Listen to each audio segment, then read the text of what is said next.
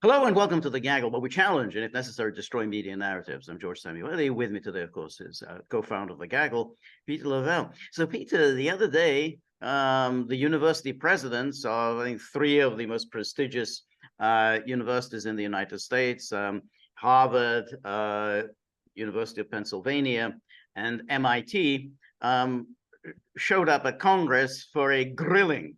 And because apparently there's this spate of anti-Semitism that's rampaging through campuses, and among the most privileged people in America. That's right. And of course, and as we've said, already many times before, as Israel pummels away, killing civilians, destroying Gaza, it's very nice to be able to change the subject.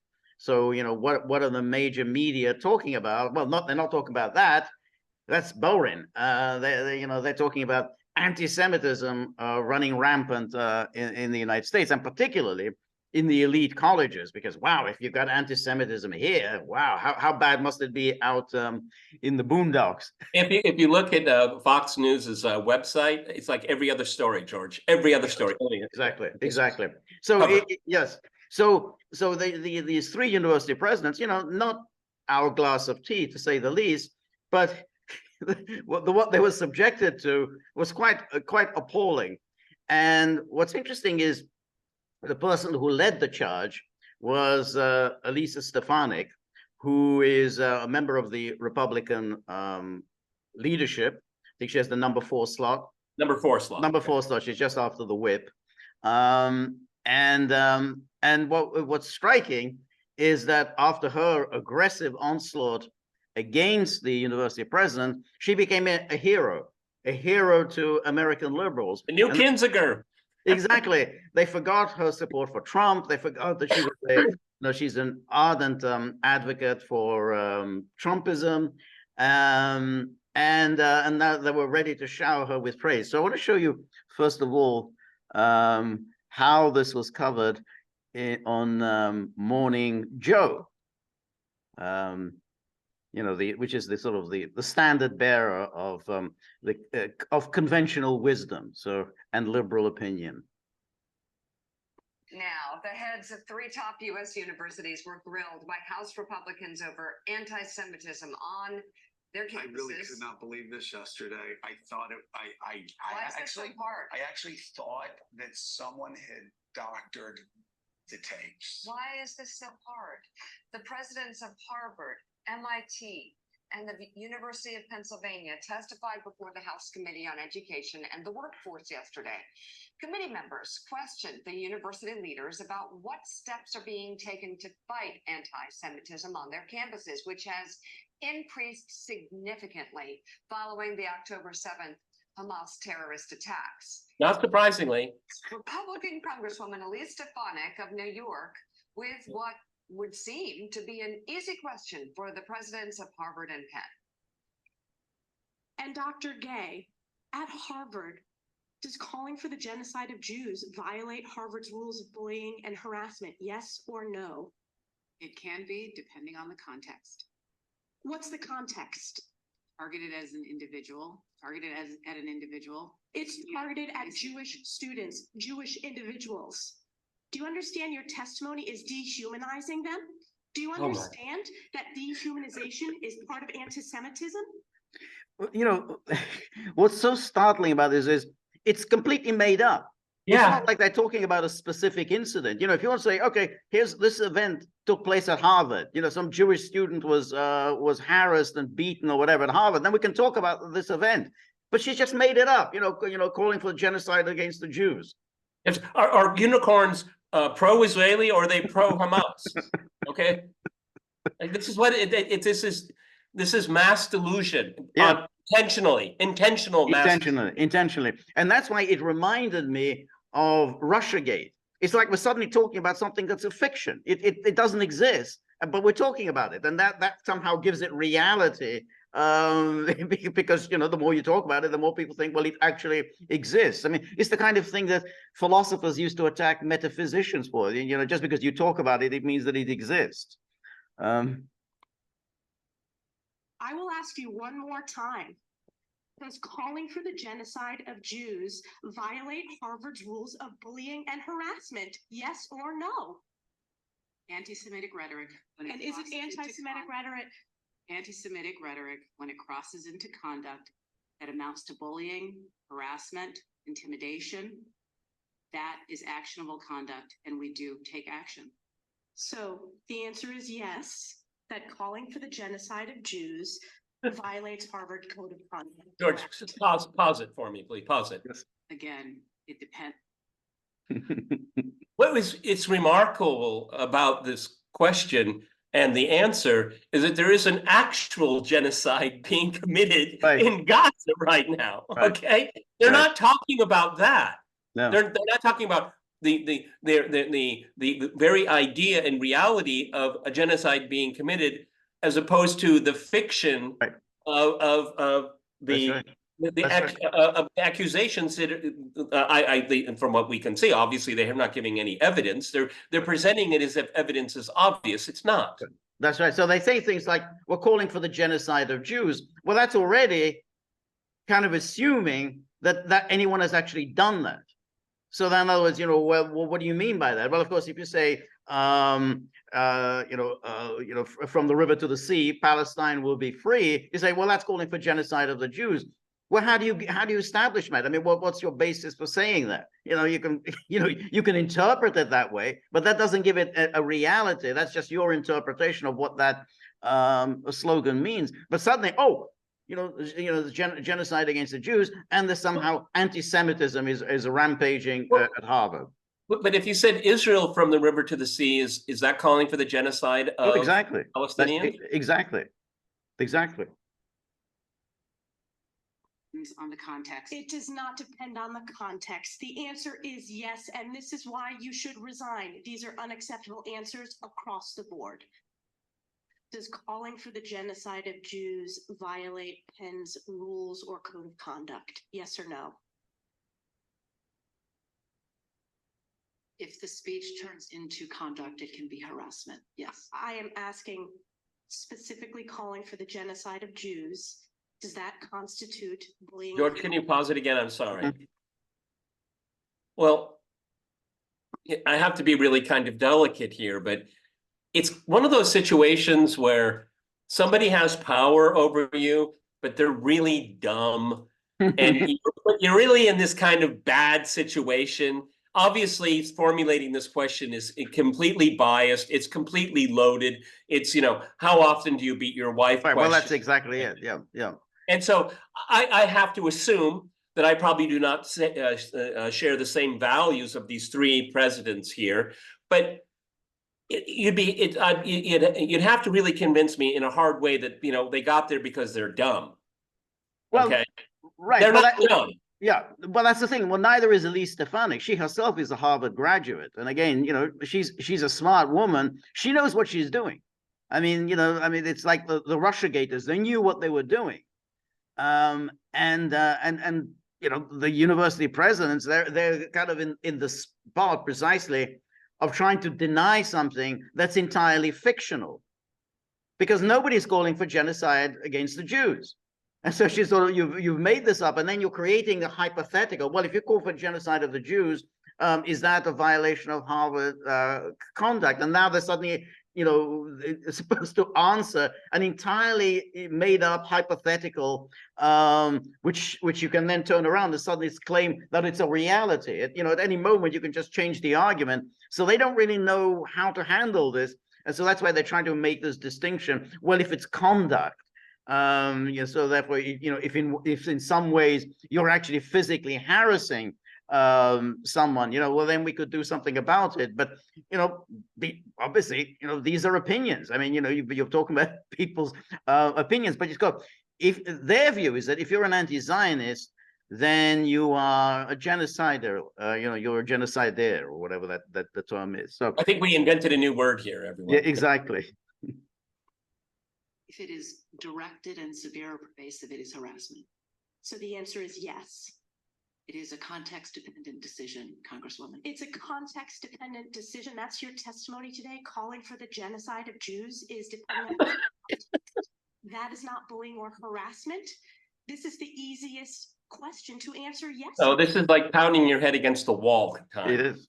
So is your testimony that you will not answer yes? If it if the Yes speech or no? becomes, if the speech becomes conduct, it can be harassment. Yes. Conduct meaning committing the act of genocide? The speech is not harassment. This is unacceptable, Ms. McGill. I'm going to give you one more opportunity for the world to see your answer. Does calling for the The genocide birth of a new authoritarian, George. Yeah. code of conduct You're right, when it right. comes to bullying and harassment? Yes or no? Well, you're absolutely right, because there is something about this that, you know, it brings back memories of the Mao's Cultural Revolution, where people being hauled. Struggle session. It's a struggle session. Exactly. Ask these ridiculous questions, and then, you know, whatever answer you give is going to be used against you, because the premise of the question is so idiotic.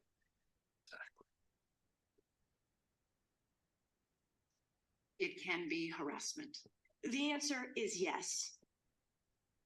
Willie, What's going on? we have heard for almost a decade now that speech is violence.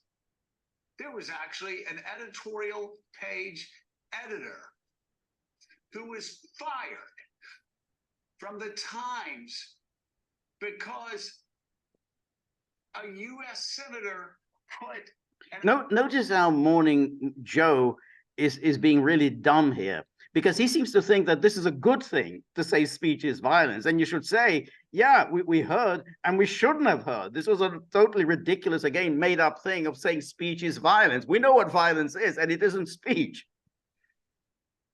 op-ed in the paper, and the argument was speech is violence. On college campuses, we've heard speech is violence, speech is violence.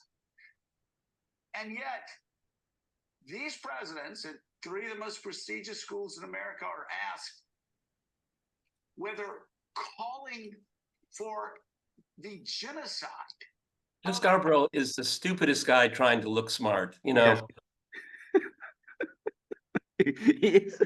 The harder he tries, the dumber he looks. Right. Okay? Actually, what's very funny is watch his wife, Mika's face, because she obviously knows he's dumb. Just watch her face, you know, because she's often just rolling her eyes as he's making his points. Just watch her. Would actually prompt a response from the administration. They You could put a little caption above her. What is he talking about? And let's ask, let's change the context. What if there were groups marching around the campus calling for the genocide today of Native Americans? What if they're She's rolling. Look at her face. Forget it. across the campus, genocide of Hispanics, calling for the genocide. We cut to a break. The genocide of Black Americans, calling for the genocide of Asian Americans, calling for the genocide of Baptists, calling for the genocide of Catholics, calling for the genocide of any other group. This poor guy here is, am I a guest or I'm just listening to you? These presidents say, students still be on campus if that student had a bullhorn calling for the genocide of any of these groups. Nobody's calling for the genocide of anybody, Joe. Exactly. That's the thing. Nobody's doing it, and it's all made up. I mean, all of it is made up. You know, it doesn't happen. There's no one at Harvard is calling for the genocide of the Jews. I mean, so you just, and again, then I'll talk, it goes on, oh, what if you were genocide against blacks or genocide against the Native Americans? No one is doing this. So the, but what happened after this session in Congress is that there was enormous pressure applied against these presidents. The president, and the president of Penn had to do a very rapid mea culpa. Her job's gone. She's out. I mean, there's no question. She's not going to survive. But you just watch this mea culpa that she does here.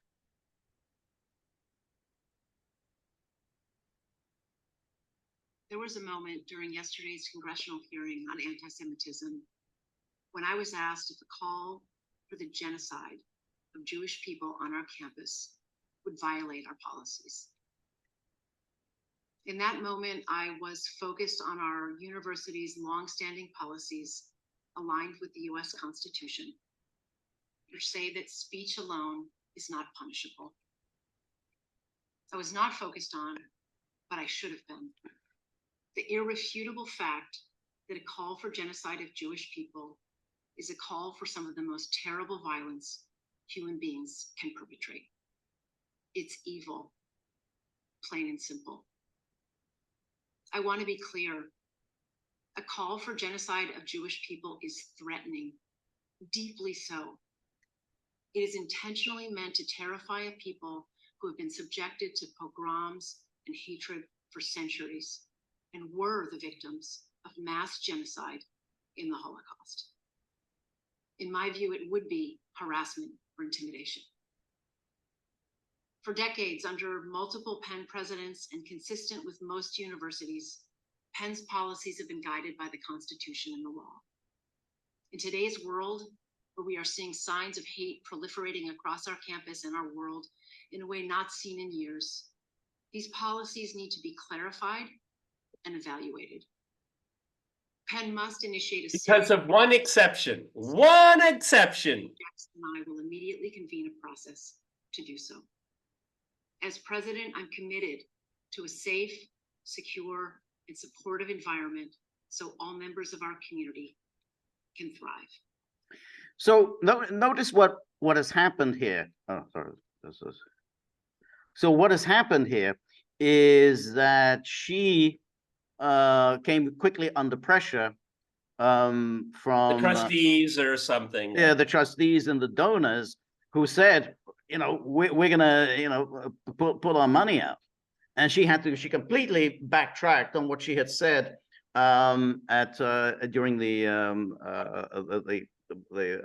session with Elisa Stefani. So now watch how the New York Times covers this, because they I gotta find this. Yeah. So here then, the New York Times says universities face congressional inquiry and angry donors over handling of anti-Semitism. It says Congress has opened an investigation into Harvard, MIT, and Penn. A $100 million gift was withdrawn, and demands have grown for the university's presidents to resign. Imagine that. I mean, they came there, they said perfectly appropriately that our policy is, you know, we allow speech on campus only, but we don't when it becomes harassment. You know, again, you think, well, that's perfectly sensible policy that university presidents should come up with. Oh, demands have grown for them to resign. And then he says, the blah, blah, you know, demands for the president to resign. A congressional investigation has repercussions mounted over the university's responses to anti-Semitism on campus. At Penn, university trustees discussed the future of Elizabeth McGill, its president, whose congressional testimony on Tuesday set off a furor when she dodged the question of whether She didn't dodge. She didn't dodge. She didn't dodge. Whether she would discipline students for calling for the genocide of Jews. And it's like, it's such a ridiculous thing. I mean, she said, it depends on the context. I mean, you know, I mean, and then it goes on. Her answers and similar comments by Claudine Gay of Harvard and Sally Kornblut of MIT at a House committee meeting set off accusations that they were doing little to protect their own students. All three said they had taken action against anti-Semitism, but critics argued they had not done enough or were even fostering anti-Semitism on their campuses. Fostering anti-Semitism. I can imagine the nonsense that goes into that. I mean, it's again, when you think of, you know, there's a very high percentage of the students at Harvard or any of these elite universities are Jews, and suddenly they're they're very fortunate even to be there. I mean, everyone wants to go to Harvard or MIT and so on. So and there's anti-Semitism there.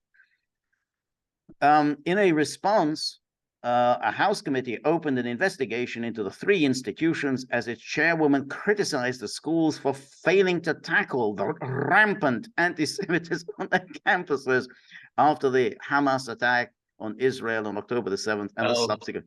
Now we have a new incarnation of Russiagate. Okay, well, now this will go on for weeks and months and committees.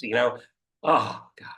Yeah, no question. The Republicans are, of course, gleeful because they hate these elite universities, and now they have the imprimatur of the sort of the liberal political establishment. Hey, go after them, because they've endorsed their program. So yeah, they're not gonna let this one go.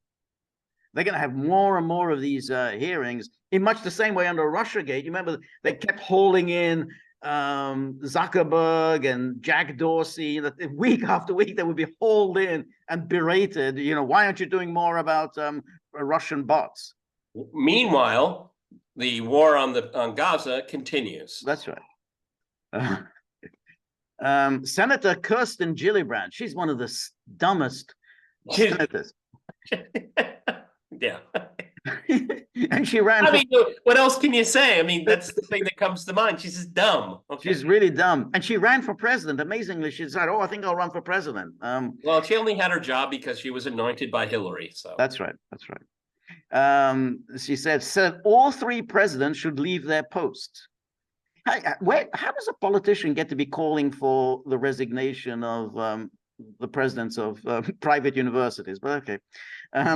You cannot call for the genocide of Jews, the genocide of any group of people, and not say that that's harassment. She told Fox News. Notice she's on Fox News. She's this Democrat, and now she's telling Fox News.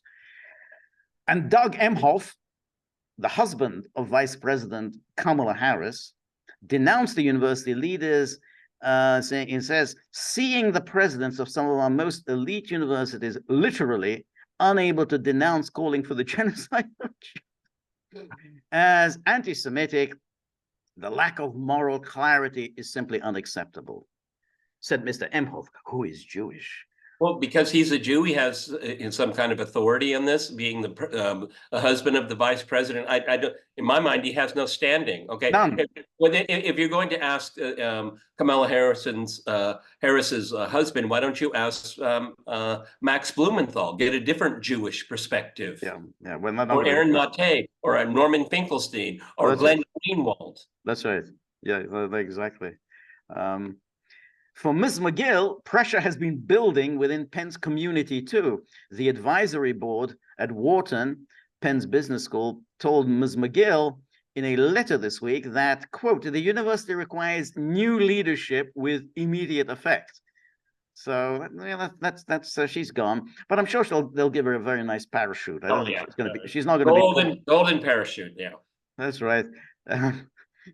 And the hedge fund manager, this is always good. Hedge fund manager, they can always be relied on because they care passionately about freedom of speech.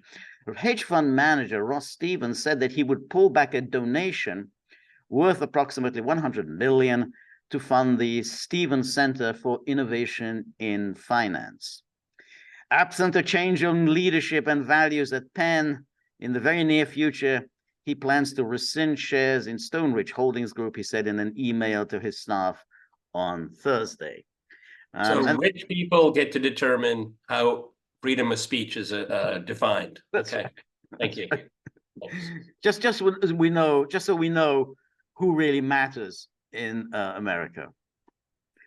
During an emergency meeting by telephone on Thursday, Penn's Board of Trustees did not take a vote on whether to remove Ms. McGill, who had apologized earlier for her testimony. So it really is pathetic. I mean, that video is truly pathetic. Yep. Yeah. It's a hostage video. It's a hostage video. Yes. Instead, they pressed Ms. McGill and other leaders to express the university's values with greater clarity. Well, how much more can she do? Because she's already said everything. I'm saying they keep wanting more, but they're never going to be satisfied with whatever she says. University officials did not respond to requests for interviews. And then Governor Josh Shapiro of Pennsylvania, a non-voting member of Penn's board, said on Thursday evening that he had urged the board to decide whether Ms. McGill's testimony reflected the university's values. Quote, I expect they'll be meeting again in the coming days, and I expect them to carefully weigh that question. That's a question for, and then he said, speaking to reporters after a visit to the Penn Hillel, a Jewish campus group, that's a question for them to answer, not me. But of course, you know, he's the governor. Dr. Gay of Harvard issued a clarification on Wednesday. Oh, clarification, yes. Another clarification. Let me be clear. Calls for violence or genocide against the Jewish community or any religious or ethnic group are vile. They have no place at Harvard, and those who threaten our Jewish students will be held to account. Again, I mean, she's kind of, again, passing her words. You know, you can take that any way you want. But the thing was that none of them actually sort of said to her, well, Congresswoman, can you actually give me examples of this call for genocide against the Jews? And now, you know, of course, you can't really do that when you at a congressional hearings, because they say, I'm the one who asked the question around here, not you. So, you know, shut up. But David Volpe, a prominent rabbi, said the problems at Harvard ran deep.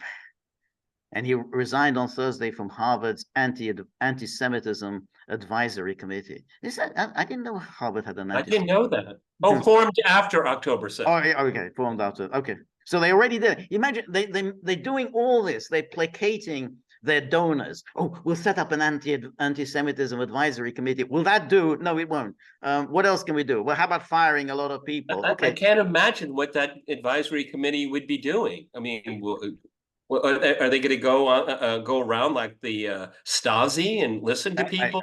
I think knock on doors at night, and you know. Yeah, I think that to get onto that committee, you have to be very wealthy. You're one of the donors, and you know, we're going to keep them happy. You know, so you know, is that 100 million? Is that check in the mail? Yes, but you know, you have to do a few things before you can get that check. So here then is Lawrence Tribe. Oh God. The constitutional scholar and professor emeritus at Harvard Law School. And he said on social media that he was, quote, no fan of Ms. Stefanik, but he added, I'm with her here. Claudine Gay's hesitant, formulaic, and bizarrely evasive answers were deeply troubling to me and many of my colleagues, students, and friends. And this guy has a law degree. Well, we just watched the testimony. Where was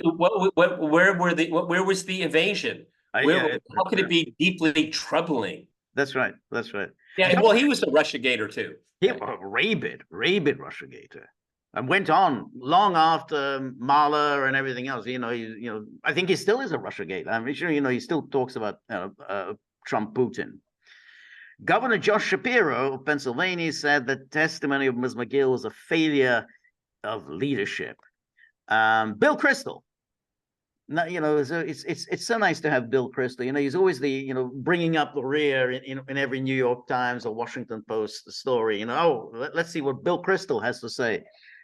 Bill Kristol, a prominent anti-Trump Republican whom Ms. Stefanik once worked with, said he was on multiple text chains with fellow Harvard alumni who shared a similar reaction watching clips from the hearing. The overall sentiment, he said, was, I can't believe I'm saying this, but Elise Stefanik is doing a very good job of putting Claudine Gay on the spot. So there's Bill Kristol, all of the people on his email chain, and who are all multiple text chains, who are all rabid anti-Trumpists. And they say, hey, I can't believe I'm saying it, but I really like what Elise Stefanik is doing. Well, isn't it interesting, George? I mean, we hear the term from time to time, McCarthyism bandied about, okay? And sometimes it's appropriate and sometimes it's not. But it has an eerie, chilling effect when you see it in a congressional committee, because that's what the origins of McCarthyism, you know, congressional committees, you know, have you been or have you ever been or now a member of the Communist Party? You know, it's so intimidating, and seeing it repeated all over again, where first of all, the question is erroneous. erroneous. It doesn't make any sense, that it's not based on any kind of reality that at least been presented to us. Okay, and then you have this struggle session with these people. That, you know, it's like what was the film with Dustin Hoffman? You know, is it safe? Is it safe? When he's pulling that's a creepy film. What's it? What was Man. Marathon Man, yeah. Is it safe? Okay. Safe, yeah, yeah. But that's what it was. Okay. Right.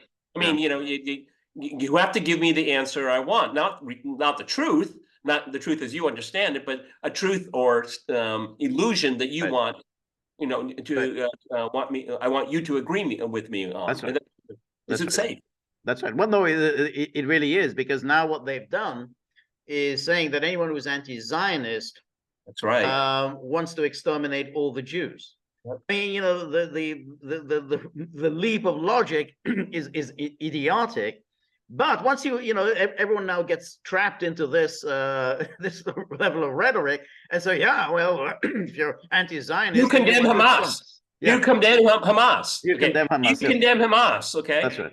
That's right. That's right. Yeah, yeah, yeah. You know, and that's so. Then there they are. They're having this discussion, you know, on Capitol Hill about fantasies. You know, calling for the genocide of the Jews, and so that, you know, I mean, it's all of it is made up, and then these university presidents, they say, well, you know, it's all about conduct and so on, but of course, if you're bringing up genocide, you know, then conduct, what kind of conduct? Oh, you want genocide? So are you in favor of genocide of the Jews? I mean, that's a bit of, I mean, that was the next question. You know, do you actually support the genocide of the Jews? Does Harvard support the genocide of the Jews?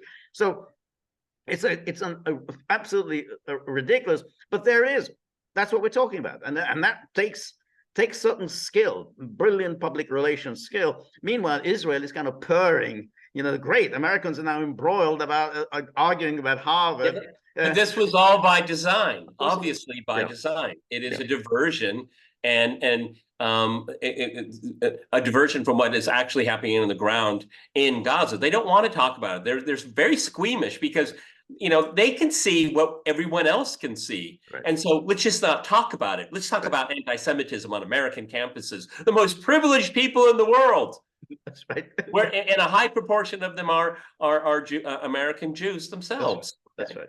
Yeah, exactly. And what is it that they're subjected to? Well, they're hearing views that they don't like. That's all. They're just hearing views they don't like. And it really is, you know, it's truly disgusting that the right, which has been making hay for years about free speech, you know, the campus, you know, they want to crack down on speech on campus, we're the champions of free speech, you know, all of those awful people, like the woman on Fox News, you know, Laura Ingram, you know, free speech, you know, that's what we believe in. Freedom. Okay, you know, Ben Shapiro. Okay, you know, be a grown up on campus. Right, yeah. Hear things you don't like. Yeah, Douglas Murray, even Jordan Peterson. That's right. You know, these people have all joined the ranks of this. That's okay, right. They flipped on a dime. Yeah, well, Douglas Murray was always a fraud. I mean, you know, I mean, the idea of him posing as a I know a lot about him. I know you do, but yeah, I mean, but he should pose as a champion of free speech, but he was allowed to because Fox News presented him as a champion of free speech, ignoring the fact that he's a total rabid enemy of free speech. And I remember when, you know, Ingram talking about, oh, if only the left had somebody like Christopher Hitchens again there, you know, I mean, but unfortunately, the days of Christopher Hitchens are gone. Well, Hitchens actually, you know, whatever else you said about him, he did actually believe in free speech, unlike Ingram, who doesn't believe in free speech. So, you know, the idea of wrapping yourself up with Hitchens it's totally dishonest. But you know, that's Fox News is playing this. I'm sure Mark Levin also. Yeah, I'm a champion of free speech. Yeah, I'm down for that. Yeah, First Amendment. I don't even want to imagine his monologues for the next few weeks. Okay, enough. The guy is out of his mind. Okay. Yeah. All right. Unfortunately, folks, we have the new Russiagate with us here, but don't be surprised, everyone, when the conflict in Gaza comes to an end. This whole thing will just disappear. It'll dissipate. Okay. It's being used as a cudgel. It's being weaponized. And it is to keep you from talking about other things, as I've said for the third time now, about a real genocide that is being played out. Okay, that's very devious. But again, isn't it interesting, George? It's always elite driven. It's always the elites doing this. Okay, Right. It's not. This is not a topic of common parlance for people. Not at all. It's remote from their lives. Okay, Exactly. But Fox News will tell you it's everywhere. Oh my God, how did we miss it? Okay. That's right. And that's the thing, that when you talk about this, you kind of conjure something into existence. It's like, like by magic, we're suddenly talking about something that's entirely fictional, like rampant anti-Semitism in the United States, that the elite colleges are allowing Nazis to run around calling for gassing the Jews. I mean, it's just completely fictional. But just as Russia collusion just became something of, well, as if there's something that actually exists, something we can actually talk about, even though you don't have anything. Well, unfortunately, George, a lot of people still believe it. Yeah, they do. I was reading an op-ed in Al Jazeera about Ukraine. It was actually a very sensible article until they got to, until Putin's pal Donald Trump is returned to the White House. Right. It's like, F1 on your computer. It's obvious to everyone, isn't it? No, it's not. It was a complete fiction, and here we're repeated it all over again. Yeah, exactly. Because it's in the New York Times, it's in the Washington Post. Must be true. Exactly. And they just keep repeating. And then Bill Kristol repeats it, and then somebody else repeats it, and suddenly, hey, it's actually real. It has reality to it. And then finally, by the time all these reports come out, whether it's the Mueller or Durham, it will say the whole thing was completely made up right from the start. There was no basis whatsoever. Some malevolent actors kind of made all this up. It's too late. No one really cares about it, and they don't even pay any attention to it. Can you imagine how those 3 university professors feel? It's like, what is this all about? Right. Yeah, that's right. But then they it's go like back. Being hit with a 2x4 out of the blue. Yeah, and then they go back, and then the donors, we're withdrawing our money. Whoa, you start talking about withdrawing money. You start talking about a few $100 million withdrawn. That's serious money. You lose your job for that. And then if Stefani has her way, they're going to move towards canceling government contracts with Harvard. Now, these universities, they can't survive without government contracts. I mean, that's again, big money they get from government. So you're gone. I mean, it's that fast. There was one of them, I think it's the MIT president, and there was an item in the New York Times saying, well, the board expressed confidence in her leadership. That's, in English parlance, known as the dreaded vote of confidence. It's always like in football, when the board votes in confidence in the manager, the manager's out within 48 hours. It's the vote of confidence just before you get fired. So I think they're all gone. I don't think any of them is going to survive.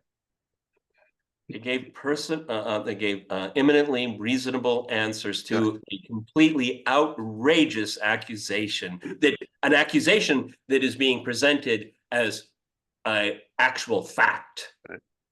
That's right. Exactly. Oh God, George, should we have to go through this? Okay. This is more mass insanity. Okay.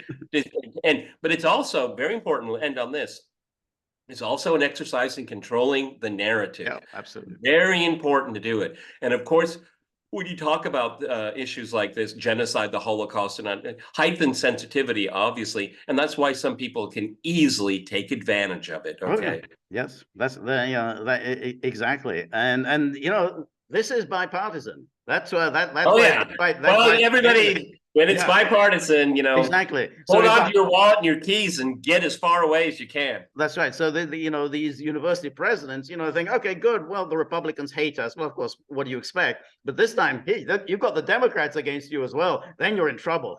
That's serious. That's when you start getting. But the interesting thing is that the majority of Democrats would like to see a ceasefire. Okay, again, it's elite. Everybody, this is an elite agenda. Right. Okay, That's not right. even rank and file of the Democratic Party.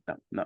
Yeah, but Well, the rank and McCarthy- file. I mean, they're not the guys in Congress. I mean, But they're not the guys in Congress, and they're not the ones with the money. Okay, Exactly. Yeah. well, Joe McCarthy had a good day in Congress. Okay, good day. He still haunts them. Okay. All right, everybody. This is a Gaggle with Peter and George. This is we're on the local, so please go to thegaggle.locals.com. This is Friday. Yes, boys, I'm finishing up. Since it is Friday, I take up knitting, badminton indoor. Right. Cold where George and I are. That's right. But George's next live stream will be on Tuesday of next week, as George likes to say that intonation. Tuesday. 3 p.m. Eastern Time. Come with comments, criticisms, questions, suggestions, ideas. Everything is welcome. And then think about little Buddy, because Buddy is saying, yeah, I'm getting tired of things being conjured out of magic. A tip jar doesn't get to be conjured out of magic. A tip jar is something that's real. Money has to be real. So he has a point. He believes in reality. So if you have a few bob in your pocket, whip them out, dunk them in his tip jar. That'll keep him happy to the extent that he can ever be happy. We're very grateful for all of your help, friendship, and support. The more you're able to donate, the more of these videos we can make, the more we can improve the technology. And above all, Bundy will just, let go of this business about reality and fantasy. So remember, if you like the Gaggle, please like, share, and subscribe. See you soon. Bye.